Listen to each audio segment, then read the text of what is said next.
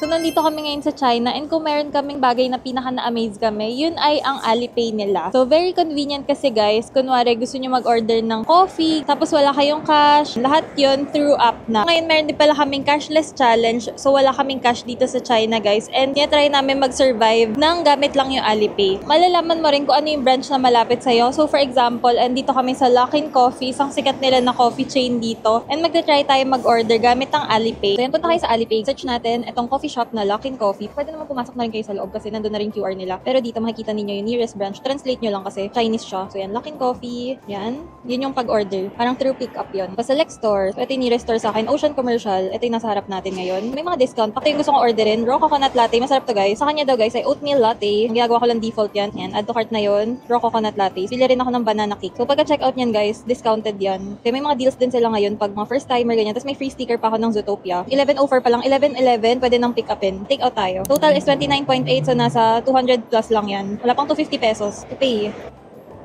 Yan, paying na siya guys. So, gamit lang natin is credit card. So, nakalink na yan sa Alipay. Tapos, paid. So, pipick upin na lang natin. Pasok na lang kami. Doon na tayo mag-wait kasi medyo malamig ngayon dito sa labas. So, let's go! Ito guys yung QR na sinasabi ko sa inyo. So, pag may nakita kayong ganyan, iscan nyo lang via Alipay. Pwede na kayo doon mag-order. Itong QR code natin guys, isa-scan lang natin sa store para malaman nila na atin yung order. Thank you.